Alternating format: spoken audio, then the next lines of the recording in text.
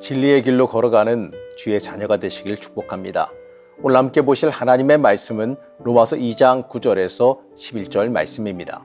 악을 행하는 각 사람의 영에는 환난과 곤고가 있으리니 먼저는 유대인에게요 그리고 헬라인에게며 선을 행하는 각 사람에게는 영광과 존귀와 평강이 있으리니 먼저는 유대인에게요 그리고 헬라인에게라. 이는 하나님께서 외모로 사람을 취하지 아니하심이라.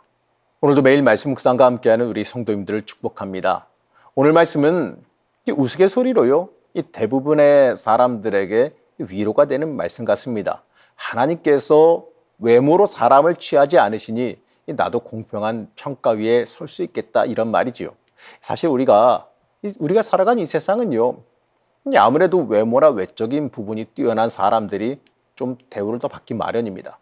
아무래도 사람의 기준이 공평하지 않기 때문에 그래요. 물론 오늘 말씀은요, 우리가 생각하는 그 외모를 말하는 건 아닙니다. 이 말을 현장감 있게 알기 위해서는 이스라엘 사람들에게 이 뿌리 깊게 박혀있는 생각을 살펴봐야 됩니다. 이 구약 성경에 의하면 하나님께서 이스라엘을 불러 선택하시고 그들에게 이스라엘의 하나님이라 부를 수 있는 특권을 주셨습니다. 아직까지도 유대인들이 나는 너희 하나님 야훼다라고 말씀하셨던 하나님의 말씀을 자랑스럽게 여기고 있다는 거예요. 근데 시간이 지나면서 이 복된 하나님의 은총이 자신들이 이 다른 사람들보다 더 높다라고 한 특권의식, 우월감으로 변질되어 버렸습니다. 한마디 말로 이 선민 사상이 그들을 장악했습니다. 이스라엘이 다른 민족과 천성적으로 우월한 특별함이 있기 때문에 하나님께 선택받았다는 생각이에요. 그래서 이 복을 받아도 자기들이 먼저 받고 하나님 나라에 가도 자기들이 먼저 간다라고 하는 특권의식입니다. 자신들은 다른 민족보다 하나님에게 우선권이 있다는 생각을 갖고 있었습니다. 당시 이 초대교회 유대인들에게도 이러한 생각이 강하게 자리 잡고 있었습니다. 그래서 이방인 그리스도인들에게 자신들이 우월함을 강조하면서 더 높은 자리에 올라가 있으려고 했습니다. 바울은 이러한 잘못된 판단, 바로 이 영적인 교만에 대해서 이렇게 말합니다. 로마서 2장 11절 말씀입니다. 이는 하나님께서 외모로 사람을 취하지 아니하심이라. 외모를 취한다. 이 표현은 원어인 헬라어로 보게 되면 프로소폴렘프시아라고 하는 단어가 쓰였습니다. 이 말은요, 얼굴을 취한다, 얼굴을 들어본다라는 의미입니다. 이 말은 잘생긴 얼굴을 우대하겠다 이런 뜻이 아니에요. 고대 유대 공동체에서는 높은 사람에게 인사할 때 고개를 숙여서 인사했습니다. 이 고개 숙이는 사람의 얼굴을 들어 올려서 본다라는 것은 이 기쁨으로 그를 반갑게 맞이한다라는 행위였습니다. 유대인의 그 우월 의식에 의하면 하나님이 자신들을 만나면 하나님 앞에 엎드린 얼굴을 하나님께서 들어보시며 환영해 주실 것이다, 이렇게 기대했다라는 거예요. 그러나 바울은 단호하게 이렇게 말하죠. 하나님은 그 어떠한 사람도 그 얼굴을 들어보고 판단하지 않으신다라고 말합니다. 이 말은 바꿔 말하면요, 하나님은 유대인을 특별하게 선별해서 더 높여서 대우하지 않으신다라는 뜻입니다. 너희 생각이 완전히 틀렸다는 뜻이지요. 자, 이 말은요, 유대인들에게 이 적지 않은 충격을 주는 말입니다.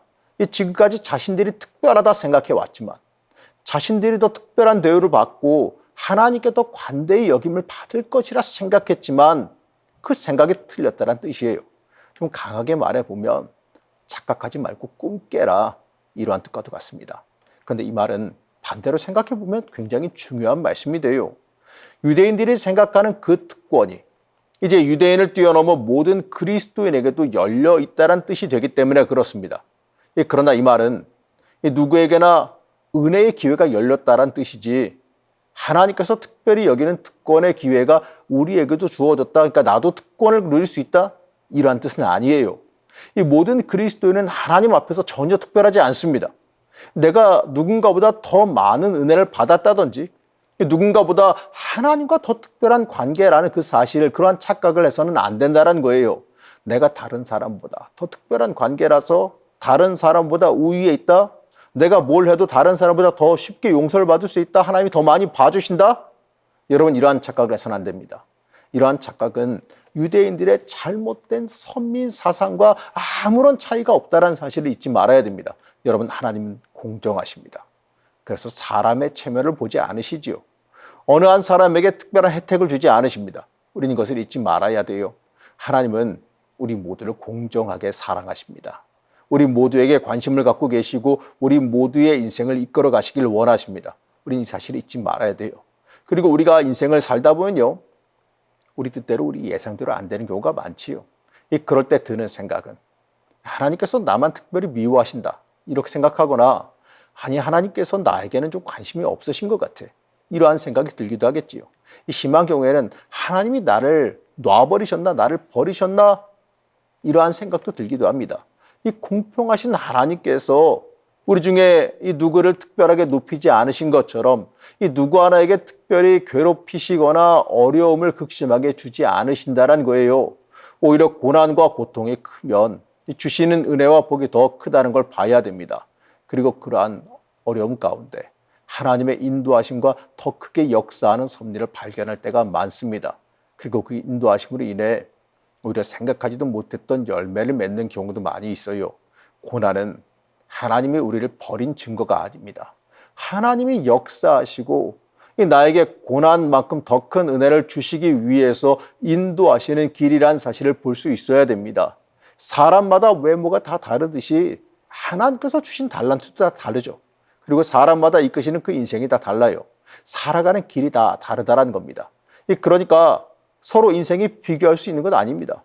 서로 인생이 비교할 수 있는 것이 아니에요.